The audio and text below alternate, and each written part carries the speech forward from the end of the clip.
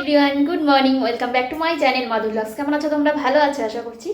আমিও আছি মোটামুটি, বিন্দাস বলবো না আজকে এই কারণেই যে রিজু হচ্ছে আজকে, জানোই তোমরা যে রিজু কয়েকদিন থেকে বলছে যে দাদু বাড়ি যাবে, তো আজকেই যাবে। তো সেই কারণে যদি যতই হোক তো একটু মা তো মনটা খারাপ লাগে, এর জন্য মনটা আজকে একটু খারাপ আছে।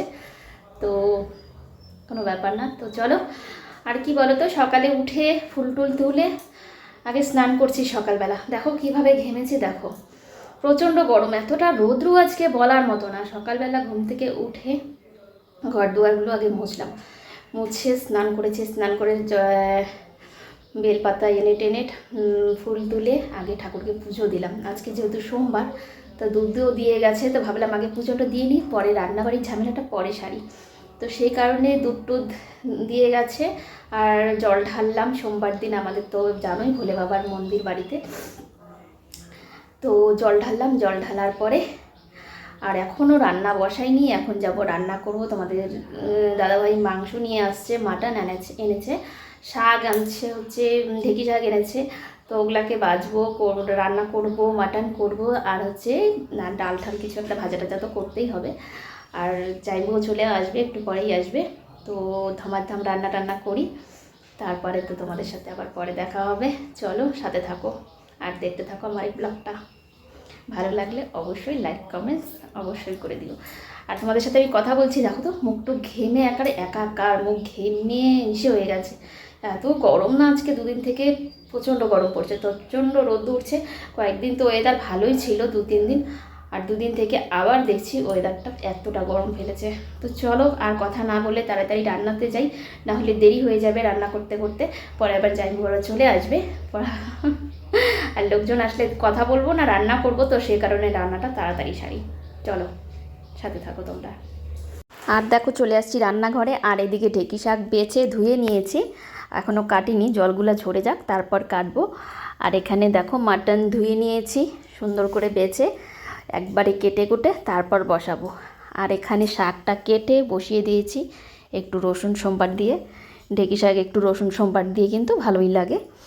তো চলো শাকটা এদিকে হতে থাক, আর আমি এদিকে মাংসের জন্য যা যা দরকার তাই কেটে নিই। চলো দেখো, এদিকে রসুন ছুলে নিয়েছি, আর এদিকে পেঁয়াজ কাটছি। পেঁয়াজ কাটতে গেলে তো কান্না করতে হয়, পেঁয়াজ কাটতে কাটতে চোখ প্রচণ্ড ধরে, আমার তো প্রচুর ঝরে। আর দেখো এই যে সব কাটা বাটা কমপ্লিট হয়ে গেছে, আর এখন আমি মাংসটাকে বসিয়ে দেব। তো চলো মাংস বসিয়ে দিই, আর এদিকে পেঁয়াজগুলোকে একটু ভেজে নিই, লাল লাল করে পেঁয়াজ। আর দেখো কতগুলো রসুন দিয়েছি, আমাদের বাড়িতে না মাটনের রসুনটা সবাই ভালোবাসে। আর দেখো মাংসটা একদম মশলা দিয়ে মেখে রেখেছি, আর এখন ঢেলে দেব। মানে মাটন হলে আমাদের বাড়িতে 3-4টা করে রসুন, মানে যতজন আছি সেই কয়জনের রসুন দিতে হয়, মানে সবাই ভালোবাসে, এমনকি রিজুও ভালোবাসে রসুন খেতে। তো চলো এখন ভালো করে একটু নেড়ে টেড়ে ঢেকে দেবো। আর মাংস না ঢেকে ঢেকে করলেই ভালো হয় আর কি, খেতেও টেস্ট হয়। দেখো অনেকটা কষেও গেছে, আর জল দিয়ে দেবো এখন।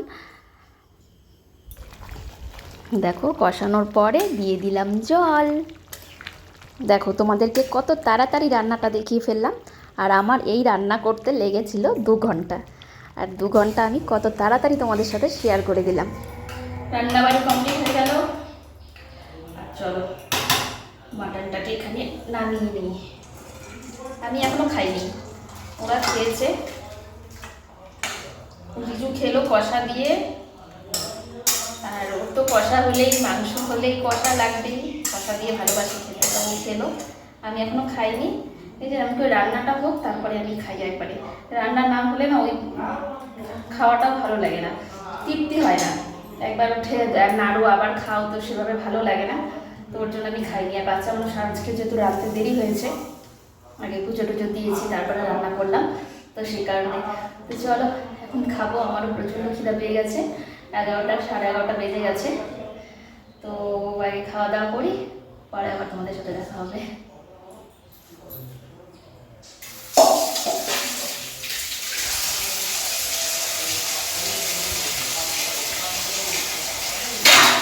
রান্নাবাড়ি এদিকে কমপ্লিট হয়ে গেল, আর দেখো চলো গ্যাসগুলোকে তাড়াতাড়ি মুছে নিই।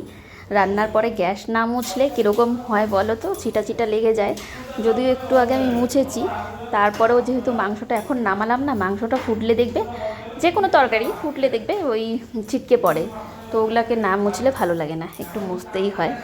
তো দেখো আমার গ্যাস মোছা একদম কমপ্লিট।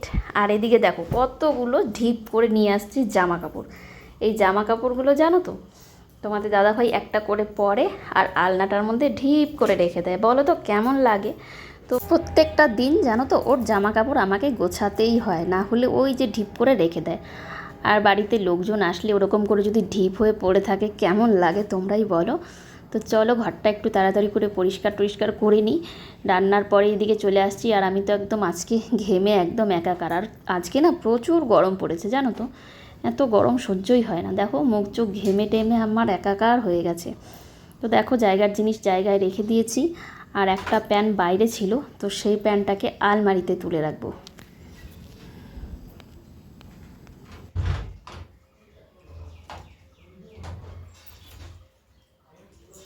বাজারে গেলাম, এই যে পেনের একটা নিয়েছিলাম, ওটা চলে না, পরে ওটা পাল্টাইছি, এটা ওটা করে দিয়ে দিই।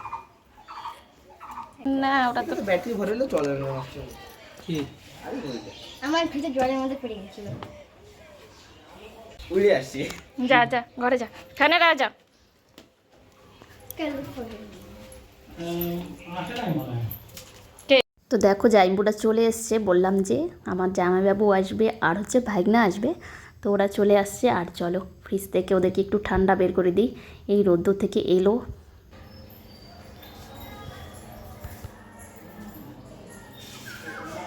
এই মাত্র এলো জাইম্বুরা, তো ফ্রিজ থেকে যে স্প্রাইট বের করে আনলাম, ওটা রোদ্দুর থেকে এসছে, একটু স্প্রাইট দেই, তারপরে পরে খাওয়া দাওয়া।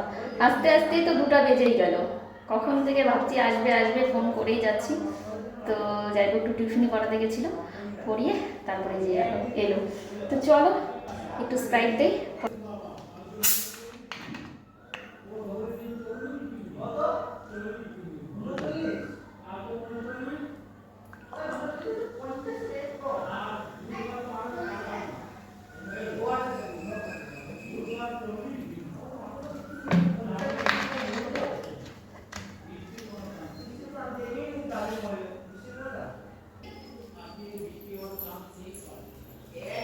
আমরা এখান থেকে ঠিক বাইরে হবো, না যাইবো না,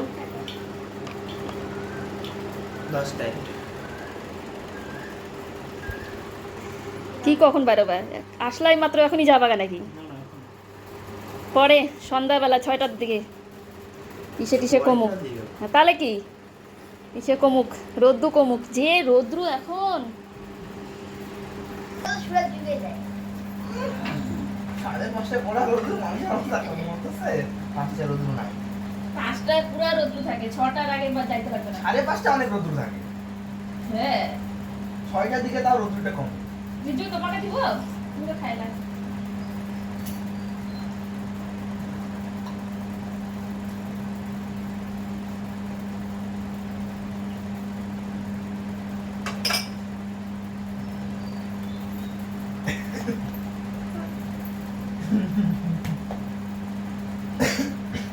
এটা কি জানি নাকি চিপকাবো?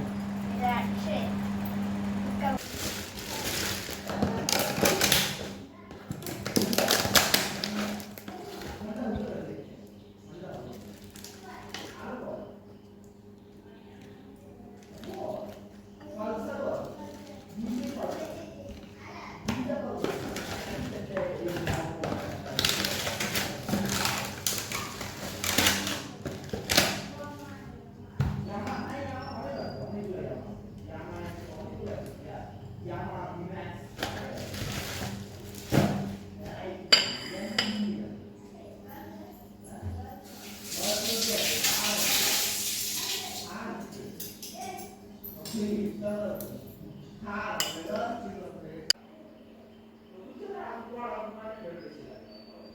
আর দেখো খাওয়া দাওয়া কমপ্লিট করে এদিকে চলে আসছি কচুর শাক তুলতে। মানে দিদি বারবার করে ফোন করে বলে দিচ্ছে এই কচুর শাক পাঠিয়ে দিস, কচুর শাক পাঠিয়ে দিস, কারণ ওদিকে আমাদের ওদিকে তো পাওয়াই যায় না। মানে জঙ্গল থাকলে সেখানে তো কচুর শাক হবে, তো টাউনে তো আর জঙ্গল ঠঙ্গল কোথায় আর জানোই তো। তো সে কারণে তো ওখানে পাওয়া যায় না। তো আমাদের বাড়ির সামনে এত কচু, কচুর শাক।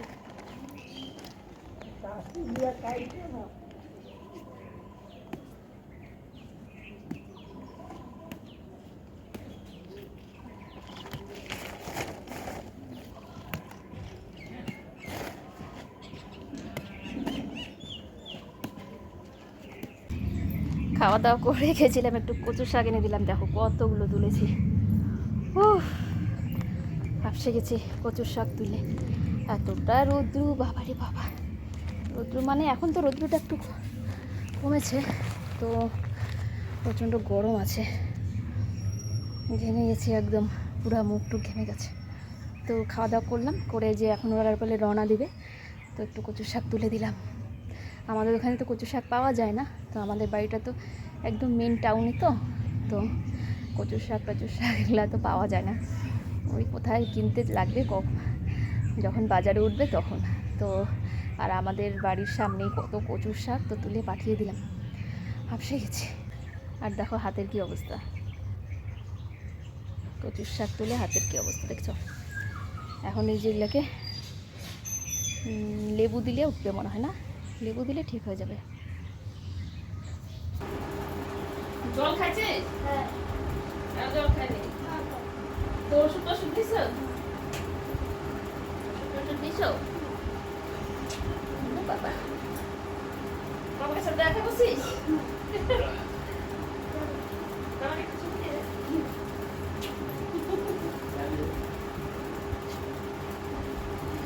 আমাকে একটা চুমু দাও তুমি। দেখো দিদি যাচ্ছে দাদুর বাড়ি যাচ্ছে, আমাকে সাথে থাকবে একা একা। যাও। ও এই যে দেখো। কি? আচ্ছা আমি কালো সুতা এনে কিসে বাড়ি যাবো, চলো।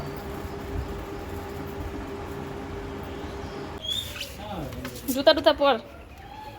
এর আগে মাত্র হ্যান্ডেল হয়ে গেছিল, এবার হ্যান্ডেল হবে।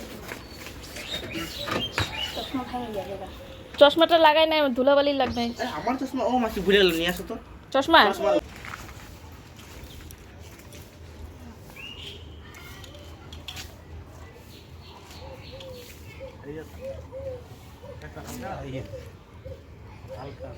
হালকাই আছে, জামা কাপড় নিলে ওই হ্যান্ডেলে নিয়ে নাও ব্যাগটা। ফিরে যায়, অল্প কিছু নিলে ফিরে যায়, মানে অনেক জিনিস আছে। খাওয়া হয়েছে নাকি? হ্যাঁ।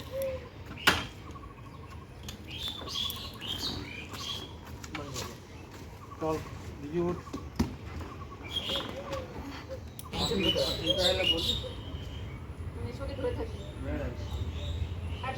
শাকটা ঢুকাইছো? বাস্কেটে ঢুকাই। মাছ নেবি নাকি? এদিক দিয়ে যাবা না? হ্যাঁ ওই কাটা রাস্তা দিয়ে। ধরতে লাগবে না। তাহলে আসি আমি, হ্যাঁ হ্যাঁ আসো আবার। তুমি দেখো এখন যদি আসতে পারো তাহলে আসো, আমি তো এদেরকে ছাড়িয়ে তাহলে আসি।